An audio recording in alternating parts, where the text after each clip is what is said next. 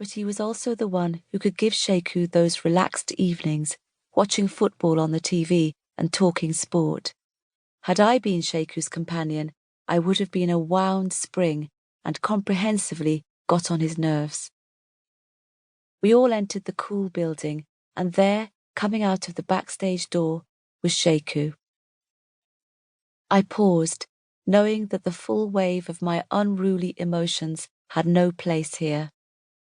Brymer, his brother, went straight to him, and I was grateful for that easy big brother companionship. My role was different, and I needed to stand back and let Sheku breathe. But he was too compassionate for that, and came for a sympathetic hug. I burst into tears. I wiped my face as Sheku disappeared backstage, aching with the effort to let him go, and we all entered the main foyer. It was crammed, loud with speculation and curiosity. The BBC Young Musician Final is an event heady with precedent. Many major British classical musicians have emerged from past finals, and the fact that it has been televised since 1978 has pushed it to almost mythic status. My son had made it to this legendary final, and here we all were, Sheku's 6 siblings, my husband and myself, unimaginably entering the Barbican for the last concerto round. There had been an article in the Times the day before by Julian Lloyd-Webber, which finally asked the question that the media had not dared name. It brought to the fore what everyone had been thinking. How did a young black boy from a state-funded school in Nottingham get to this prestigious final?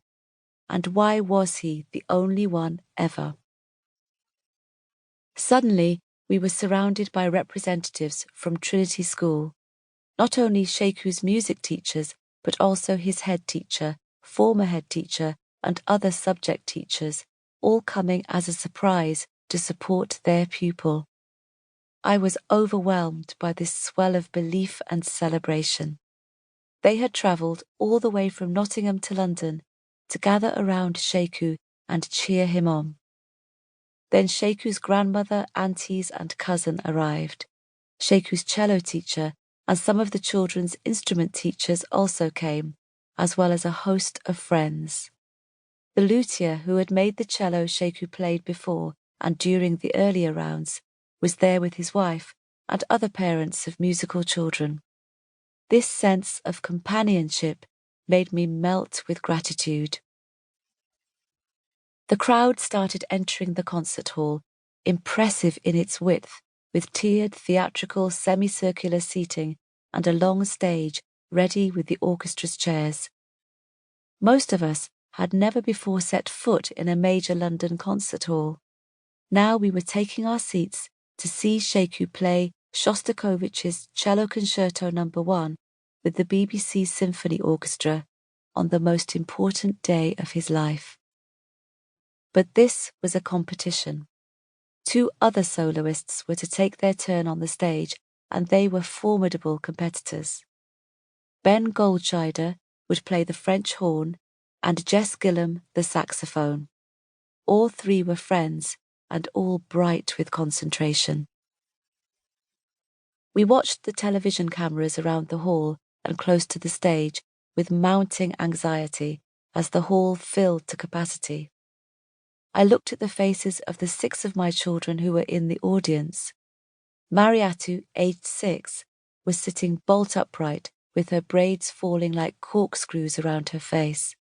She was wearing her favourite going-out dress and couldn't wait to see Sheku walk out with his cello. Her quarter-sized cello was waiting at home, wrapped up in its dusty canvas case. It had been Sheku's and Jeneba's first cello, but Mariatu had not yet started playing it. For now, she was continuing with violin, but turning her attention all the time to the cello. Whenever Sheku played, Mariatu would move closer and sit on the floor in front of him, transfixed by the sound.